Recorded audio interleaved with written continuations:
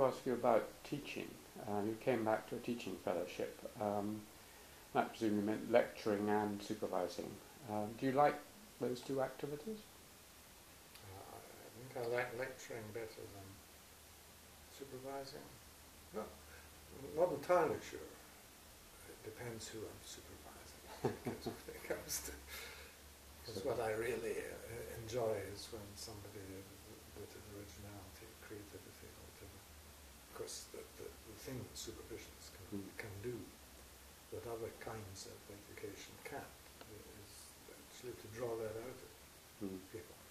For example, by asking them rather difficult questions. I believe in not telling them too much about what they ought to go and read, things like that. Lots of things which are not always very popular with students. Although I was fortunate enough to, I only did supervision for 5 years of undergraduates. So that was in a period when nobody was going to complain about the way you didn't give absolutely standard reading lists. Then so carry on.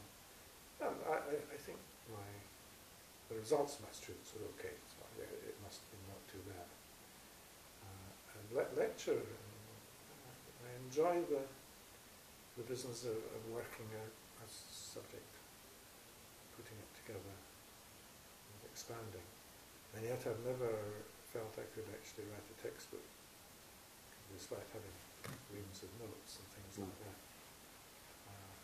But that side of things I do enjoy.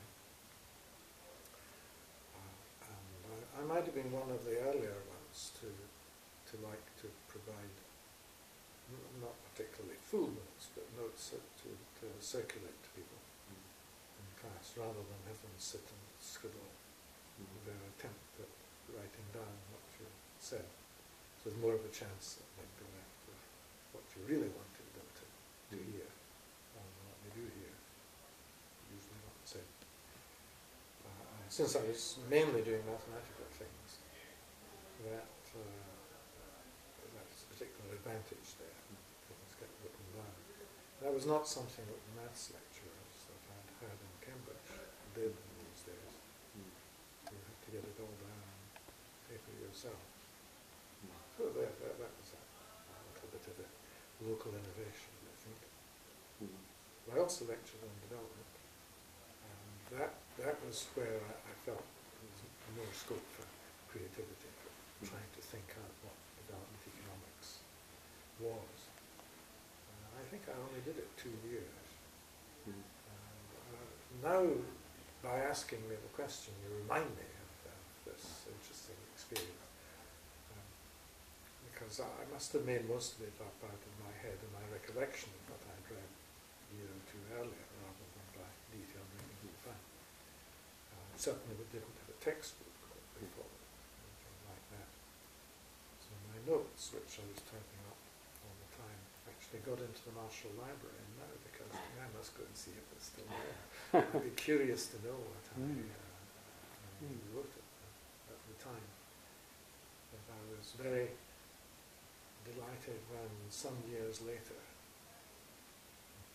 Mr. X reported to me that Mr. Y had just said that he'd been to the best possible course in development economics just before he went out to developing countries, and he felt well prepared. That's excellent. You mentioned development economics, and you mentioned earlier Amartya Sen, and also we have here Parvati Gupta and others. I wondered whether you'd like to say anything about either of those two famous Indian economists, and how they must be friends of yours. Yes. Amartya became a friend, and that was very valuable. Indeed, it was Amartya who introduced me into the apostles. And I learned a lot from him, particularly from reading first his thesis and then his books. I worked through his book on social choice, some notes on it. So I read a lot of interesting things. I think my first publication might have been a review of the book that contained the author's PhD thesis, essentially, which was published in India. And I haven't looked at that for years, but somehow that rather cemented our friendship. His range is great. You see, I'm not entirely sure that social choice is a good topic to spend a lot of effort on, but he has certainly done very good things with it. And in some ways, some of the most intellectually admirable things in economics have been in social choice. So I keep coming back to that a bit, enjoying it, but the closest I've got to it was a paper, a chapter on utilitarianism from the point of view of an economist in a book that Mirrlees and Martin edited. Otherwise, I haven't written on it. So that was very nice. I learned a lot from that. And Partha was my student. I introduced him to economics. Gave him lots of supervisions. So I introduced him. First, we have this diploma course, which is the 1 year learning economics. And then I brought him into that same kind of problem that I'd been doing my thesis on, optimal saving, but not with uncertainty. It was different aspects. And I suggested optimal population as well, which James Mead had done. Very, very good things on. I don't know if that's how Partha managed to meet his wife, who's one of James's daughters.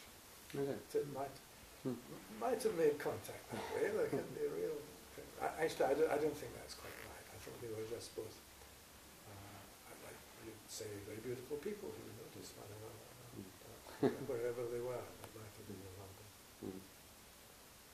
Talking of wives, when did you first marry? Was this 1961. 61, so before you went to India? Yes. That's right. Did your wife? It was just immediately after. My wife had been working for a year. She graduated from Hamilton as a teacher, commuting. I persuaded her to marry me. Did she go to India with you? Yes, she did. Certainly that was harder for her than for me. She was often the case. People go to particularly strange lands. We laughed over the document that we got given in America. We went to India via America because it was an MIT project. And we got handed a piece of paper about culture shock to prepare us for India. And I think we particularly liked the instructions, were amused by the instruction that if bitten by a dog, keep it there until the police arrive so that it can be tested for rabies. So there was all kinds of fun with that.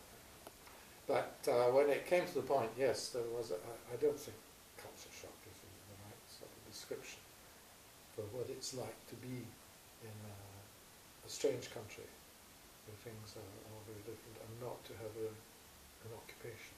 Because of course the people running the house, cooking for us, all that. Oh, there's plenty to see. And after the first 6 months, it was okay. We had that was very important to us. Did you have children by your first marriage? Oh yes, that's my children now. That was first marriage. How many? Because it went on two girls who have each bred 2 children. So you've got grandchildren. We're proceeding in the appropriate steady state manner. 2 children at each stage. Was there anything else you want to say about your first wife, or she died, I gather? Yes, she did. Yes, that was very sad. Early on,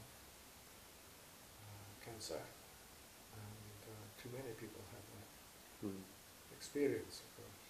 And the way breast cancer goes, it tends to take out it goes on for 5 years. Mm. In that case, goes away, comes back. Mm. It's never quite. Mm. It was very sad. Mm. We got on very well together, so I Mm. feel very sad about that. In a way, it's just sentimental, but it would have been awfully nice if she had known that I got You the got prize. she Been was, able to be there when it happened. mm. But at least the girls were, and When did you die? You got your prize in '96, was that? yes, 93. 93. So you didn't know that you'd been nominated or anything like that? Well, I didn't know anyway. Mm. It came out of the blue. Mm. And then just to round that off, then you remarried Pat and Yeah. later on, yes. I was just going to taking you back to your teaching, just make a very big leap. You're now the head of a college in Hong Kong, or university, I'm not sure whether it's just a college or university. College. I wondered whether you consciously try and take anything you learnt about how to educate university students from your own experience here.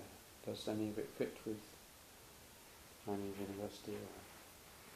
When Larry Lau was the Vice Chancellor of the university, asked me to take this on. By the way, the college will not exist until the 1st of August. That's getting close. It won't take its first students until Oh, I see. It hasn't until started yet.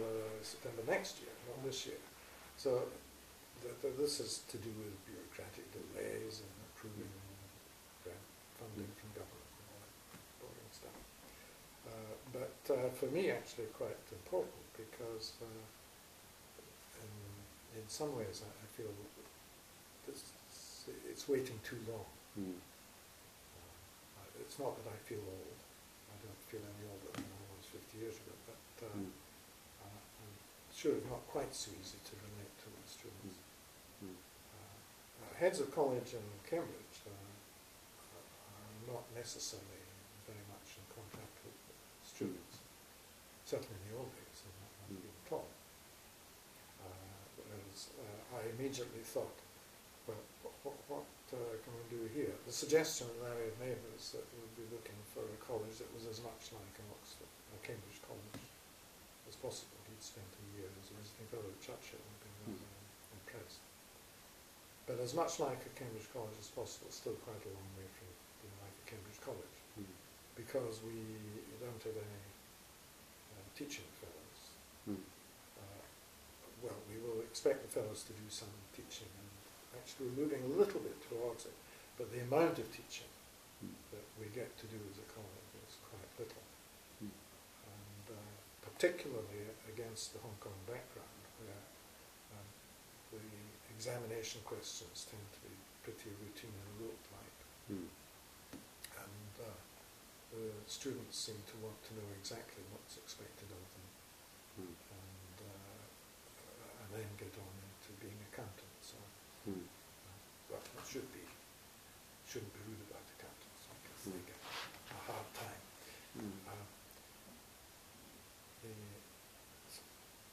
I immediately thought what I particularly valued about my Cambridge education, and also about what I thought I could achieve with graduate students, particularly in Oxford, and also in the early years in Cambridge, was somehow drawing out of people the originality that so many of them seem to have already. At the college level, that obviously means things like getting people into the right sphere, right subject, as well, that you can't take it for granted that they're going to be economists or whatever. I'm intrigued about just how much we can do in order to achieve this. And at the moment I'm slightly fearful that there may be some conflict between what I'd like to do as a college and what the university thinks colleges should do. Because they're increasingly saying that they want the college teaching to be what they call personal development, Mm. I'm not very What does sympathetic. personal development mean, sort of? Well, I assume that the difference between personal and academic development, that is the distinction drawn. Not very clear what it means, except that one seems to be thinking about me and the other one seems to be thinking about everybody else, or the mechanisms of the world. And I'd rather that people spent most of their time thinking about the things of the world at large. But I don't mean that it isn't important to reflect on what you think the world is about and you're about within it. I'm sure that it's important that we help in various ways, but it almost sounds like pastoral rather than educational, if you can draw that distinction. Well, I shall have maybe a little bit of a task to make sure we lean well into the creativity and independence and originality side. We expect to get a lot of people from mainland China. Do you? Probably 30 to 40% of the student body in the college. That was actually going to lead me into a very general question about what you're feeling about the near. I know you're an expert on probability and likelihoods and so on, so one can't predict. But are you, on the whole, optimistic about the next 10 years in China, or mainland China, that is, or worried, or? No, I'm not worried. I'm not pessimistic, although we know that all kinds of things can happen. There are a variety of different kinds of developments which could be.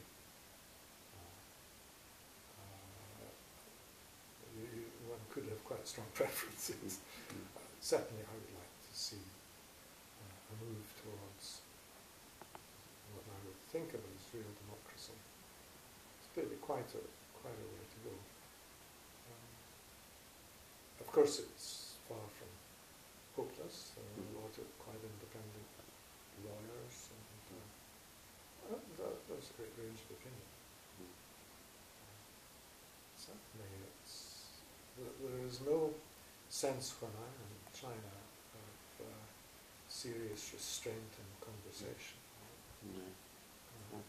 So one can see already that it would be wrong to say that there isn't an openness in the society already. And we're not talking of a thoroughly authoritarian regime. And of course it's very interesting the way it's gone in that way. It's got something to do with economic freedoms, but it isn't only that. For an economist, it's particularly interesting when you see the universities where there may be essentially two departments of economics or more,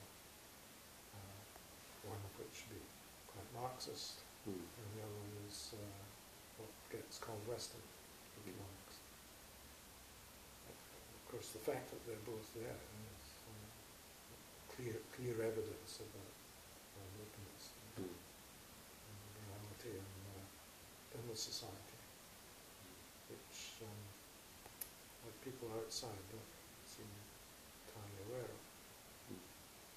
But then, of course, one's very disturbed about the problems with taking over property, whatever it might be. And then you reflect that this is not unheard of in Britain or America. So a lot of the things that are referred to as problems are actually quite similar to things that happen in the West. Xinjiang recently, clear example of that. What we've got is something analogous to the riots in Los Angeles or the troubles in Northern Ireland, big differences as well. But all of this is supposed to say that it's come a long way, and I think there will be grounds for general political optimism. Although I think I will be a bit surprised when there is anything, if there is anything analogous to the Soviet Union going down. Mm. Because they do seem to have a rather well-organised system. Mm. And the Communist Party is exceptionally well-organised. Mm. But with one proviso, certainly the Chinese government would say there's a lot of corruption. And you don't expect corruption and good organisation to go together. So I dare say that more serious problems in some areas than in others. And with that, you never quite know which way it will go. Well, that last comment takes us back to your work and your attempts to try and work out probable outcomes and so on. And as I mentioned to you earlier, one of the joys of these interviews is that I try and get people to explain to a general audience their work, and particularly their central work, and that might be the work that led to your Nobel Prize. So for an innocent like myself and the rest of us who are watching this, can you tell me something about this background and the problem you were trying to solve with your work in Oxford on those models which led to your Nobel Prize? I got there by thinking about taxation, and indeed it's quite a classic setup in economics to acknowledge that in some way there's an incentive problem. Suppose that you think it really would be a good idea pretty much to equalise incomes amongst people, and that you could do that by levying taxes at a very high rate, and you could take it all away from anyone who happens to make a bit more than the average. And it's obvious to essentially everybody that this isn't likely to work very well. That's to say that the sheer threat of doing that will create a pretty unsatisfactory economy. So there's no great contribution in pointing that out. But I think it is important to find a rigorous formulation of that. But part of what I was engaged in, this is work with Peter Diamond at MIT, was to give a fully rigorous account of the workings of an economy, where you pay attention to this problem of incentives. The question is, what is the problem of incentives? And I can see great economists like Paul Samuelson clearly understand what that is in some of the writings. And it did seem to me that most people didn't quite understand what it was. And here's another of those areas where a number of us probably got onto the point simultaneously, of saying that another way of looking at this is it's all about the information that people have about other people. And recognising that a lot of our economic relations with other people are not like buying and selling in the local market or a shop, or something like that, but are more like writing a contract with them. I'm going to want to take this up in relation to the recent financial and global crisis, because I think one of the things that we should have learned from all of this might have prevented it. That's very interesting to reflect about.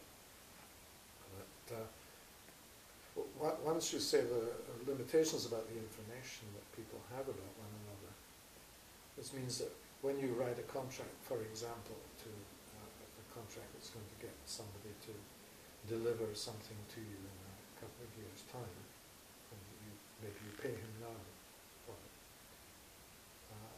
It's not just that you're not quite sure whether you can trust him to do it. You can't be sure that he's going to be able to do it. An absolutely key example of this is the relationship between the government and the taxpayer. The government would like to levy a particular tax on somebody. The ideal tax is one where you tax people on the basis of their abilities, their earning abilities. entirely bad idea to have tax rates that are based on examination results, for example.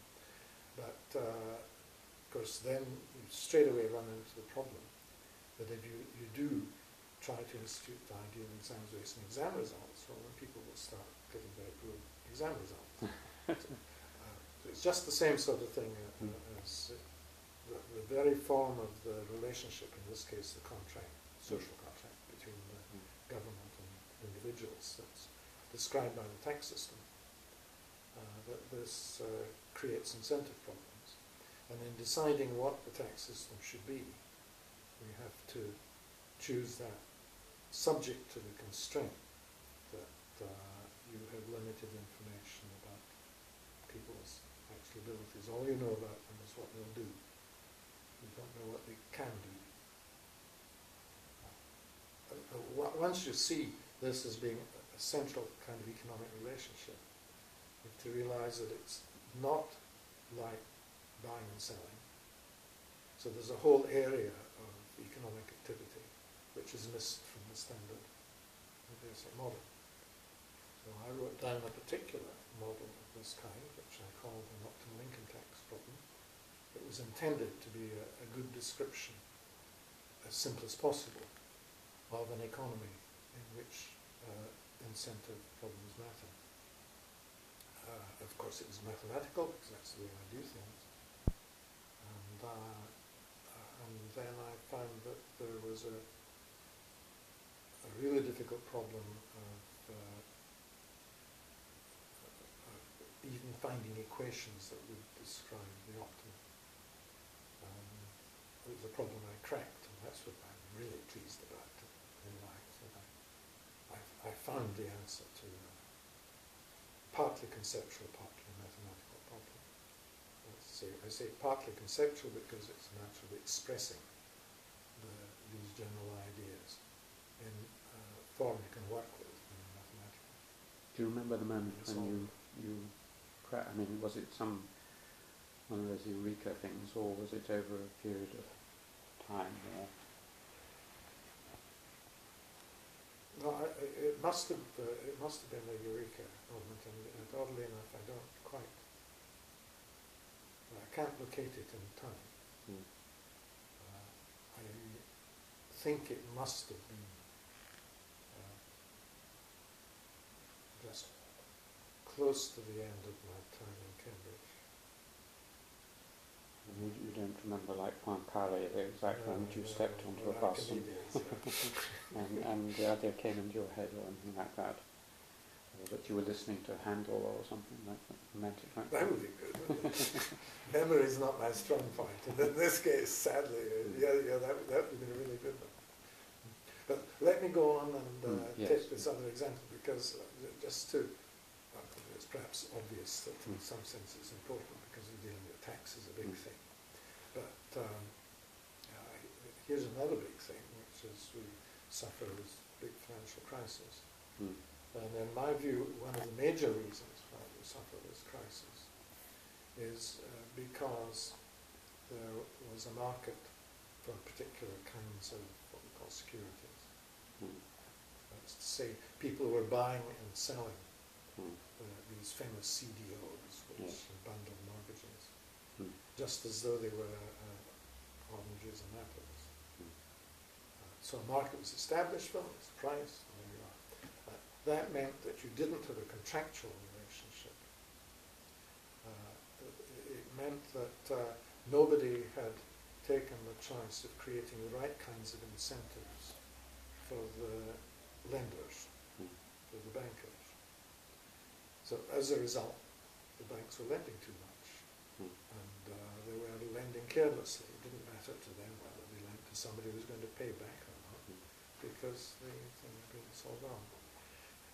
Now, so 20 years, 30 years earlier, economists, whom I was one, had developed the theory of these kinds of things, and had been quite clear that you shouldn't have a market for securities of that kind.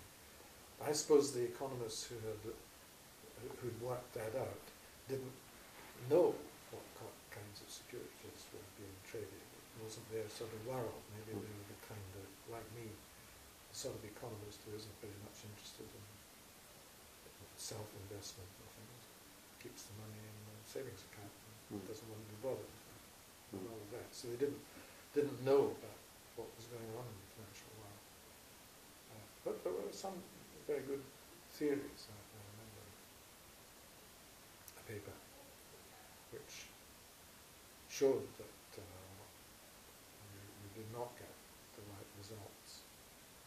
A paper by somebody else in the economy. Is this what you call moral hazard? Yes, exactly that. Was this a phrase you were using at that time, or was it's come out? It was a phrase I was using, but it was already in existence in the insurance industry. The insurance industry has been well aware of moral hazard for a while, but they don't seem to have been very good at understanding.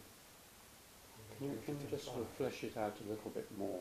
So I think I know what it means, but again, it's really what you've been talking about, is that you can take decisions without any hazard to yourself, really. I mean, yeah, that's the extreme case. That's right. Moral hazard is when there are things you do or might do which cannot be observed, and where people cannot deduce what you did either, because the results of what you do were pretty uncertain. You might have some unobservable action, like there's nobody in the room when you poke the fire, but smoke comes out the chimney, people can see that, so they know you poked the fire. But we're talking of the kinds of things where it might go that way, it might go another way. You don't know which kind of people the bank has decided to lend a lot of money to. And you certainly don't know how carefully the lender considered the risks that were involved and what kind of information he got.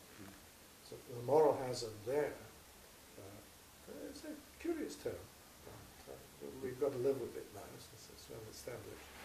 The trouble is it's a term that doesn't help people to focus in and see just what it is that's going wrong. We need a term that describes the behaviour. And the problem is when you have behaviour that you can only imperfectly deduce from the outcomes. And so therefore you have to write a suitable contract in these outcomes that will create the right kinds of incentives to behave appropriately. Now, behaving appropriately isn't necessarily what you would do if you could be authoritative and tell somebody what to do.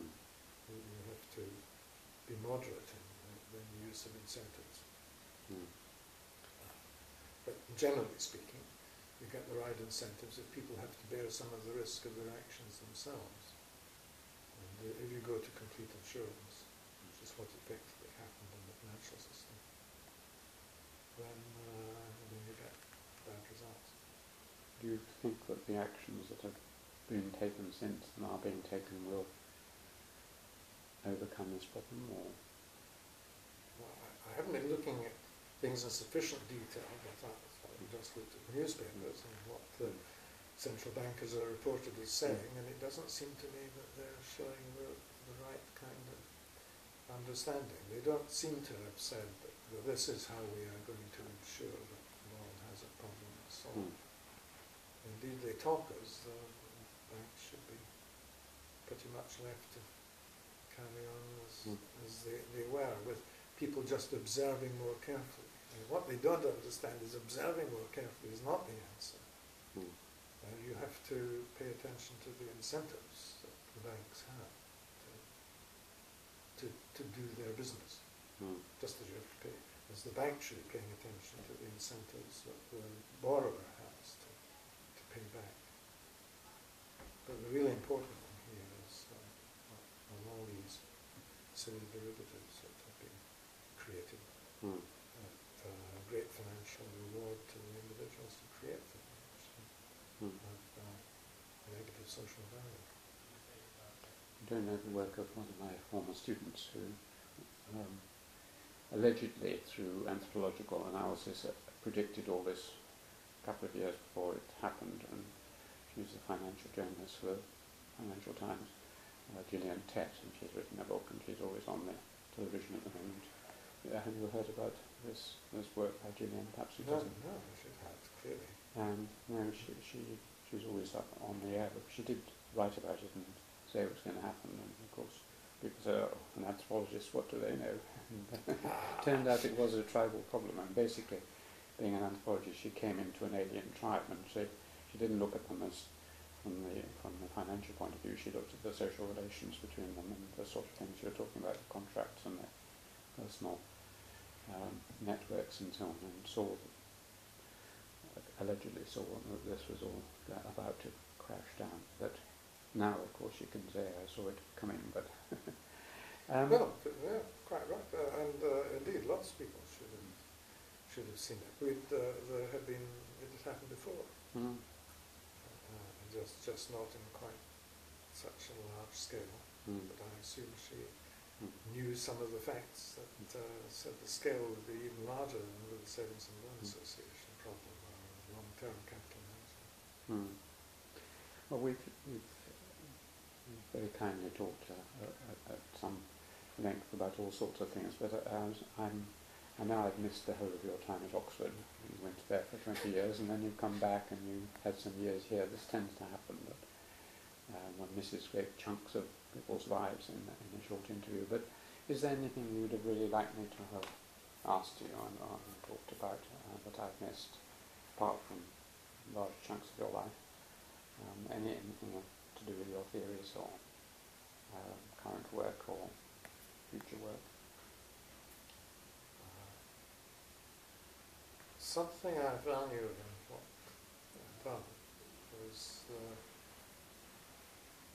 students who passed through my administrations. I essentially think of graduate students, although some undergraduate students who did. You supervise quite a lot of PhD students, have you? Yes. Yeah. And I've had a degree of contact with a very large number, we're probably on 3 digits. But those who actually got PhDs, I've certainly long lost count. And a lot of them have been very good. Like there were 3 of my students were professors in Cambridge in the economics faculty. And 2 of them had been undergraduates, Partha Dasgupta and Devi Newbery. Partha had also been a graduate student in the division, and Chris Harris, who's colleague of yours from King's.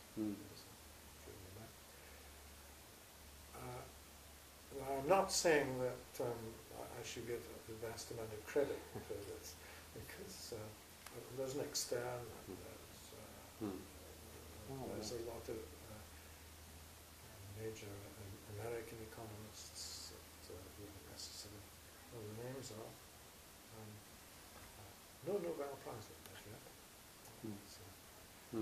But that's not one of the most important things. I think the point is that they've done great research and sometimes performed very well in other spheres. And it's given me that gives me a lot of vicarious pleasure. And I wonder what it is that means somehow or other one has a stream of very able people. I can think of a number of other economists who've also had this very nice experience. And I can think of a very large number of other equally good economists who seem to have had very few claim notable brood. So there we are. As I say, I can't claim any great marginal product in this, but I'm sure it's more than a coincidence. Well, it was a lot of fun. It was a lot of fun. Well, that's probably a very nice point to end. A fortunate and fun life. So thank you very much indeed for Thank you. that.